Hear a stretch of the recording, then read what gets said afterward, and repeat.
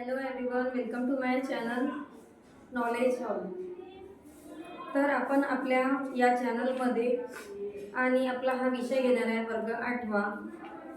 आता काही ग्रामरचा आपण एक टॉपिक घेणार आहोत, तो म्हणजे वर्ब. वर्ब म्हणजे तो क्रियापद. तर विद्यार्थी मित्रांनो, आपण आजच्या टॉपिकमध्ये क्रियापद या विषयी काही शिकणार आहोत आणि काही गोष्टी जाणून घेणार आहोत. जसं की क्रियापदांचे प्रकार आणि पास्ट पार्टिसिपल हा कसा प्रकारे ओळखण्यात येतो, तर या व्हिडिओमध्ये आपण जाणून घेऊया. आणि त्यापूर्वी व्हिडिओ सुरू करण्यापूर्वी आपण माझ्या चॅनलला लाईक करा, कमेंट करा आणि सबस्क्राईब करा. त्याचसोबत मित्रांना आणि मैत्रिणींना शेअर करा. तर चला जाणून घेऊया. वर्ब वर्ब म्हणजे होतो क्रियापद. क्रियापदाचे आहे दोन प्रकार, ते म्हणजे रेग्युलर आणि दुसरा म्हणजे इरेग्युलर. यामध्ये नियमित क्रियापद असतो आणि दुसरा प्रकार म्हणजे अनियमित क्रियापद असतो. तर नियमित क्रियापद मध्ये पास्ट पार्टिसिपलचा वापर केला जातो आणि पास्ट पार्टिसिपल मध्ये ईडी फॉर्म हा लावण्यात येतो. प्रथमतः V1, V2 आणि V3.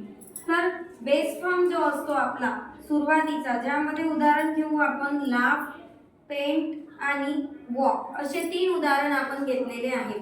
पास्ट पार्टिसिपल हा ईडी फॉर्म प्रत्ययामध्ये लावण्यात येतो आणि दुसरा आहे तो म्हणजे धातू सहित क्रियापद याचा वापर करण्यात येतो आणि ईडी प्रत्यय लावणे म्हणजेच पास्ट पार्टिसिपलला ईडी फॉर्म लावण्यात येतो.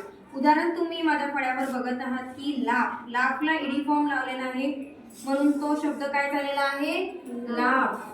तर बेस फॉर्म मध्ये लाफ घेतला आहे, पास्ट टेन्स मध्ये लाफ्ड घेतला आहे आणि थर्ड फॉर्म घेतलेला आहे पास्ट पार्टिसिपलचा, तो म्हणजे लाफ. त्यानंतर लाफ, लाफ, लाफ. पेंट, पेंटला पास्ट टेन्सचा काय लावलेला आहे, पेंट आणि पास्ट पार्टिसिपलला ईडी फॉर्म लावला आहे. तर काही क्रियापदांमध्ये जसंच्या तसं बेस फॉर्म असतो पेंट, पेंट. फक्त पास्ट टेन्सला भूतकाळामध्ये असताना यामध्ये ईडी फॉर्म लावला जातो, ज्यामध्ये भूतकाळ हा दर्शवितो आणि पास्ट पार्टिसिपल ईडी फॉर्म मध्ये ईडी, पेंटेड, समजलं, paint, paint, paint. Walk, walk, walk. तर बेस फॉर्म हा विदाउट ईडी लावलेला असतो, यामध्ये ईडी फॉर्म लावलेला नसतो, त्यामुळे याला इरेग्युलर फॉर्म म्हटलं जाते. म्हणजे इथं पार्टिसिपलचा वापर केलेला आहे, जसं ईडी, ईडी, ईडी. तिन्ही बेस फॉर्म मध्ये ईडी लावलेला आहे, त्यामुळेच याला इरेग्युलर म्हणून ओळखलं जाते. त्यानंतर दुसरा प्रकार बघूया. अनियमित क्रियापदांना तीन प्रकार असतात. किती प्रकार असतात, तीन प्रकार असतात. तर काही क्रियापदांचे तिन्ही रूप म्हटलं आहे की सारखे असतात. उदाहरण घेऊ, cut, cut, cut, put, put, put.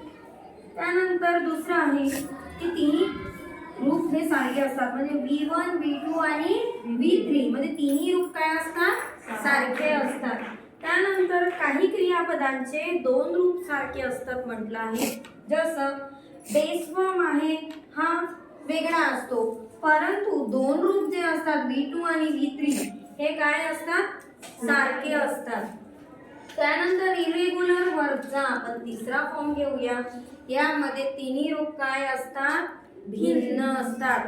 म्हणजे V1 आणि V2 आणि V3 हे कसे असतात, भिन्न असतात, म्हणजे डिफरंट असतात. जसं रिंग, रँग, रंग, सिंग, सॅंग, संग. लक्षात आलं तुम्हाला सर्वांना? तर पहिलाही हा वेगळा असतो V1 आणि त्यानंतर V2 पण भिन्न असतो आणि V3 पण भिन्न असतो.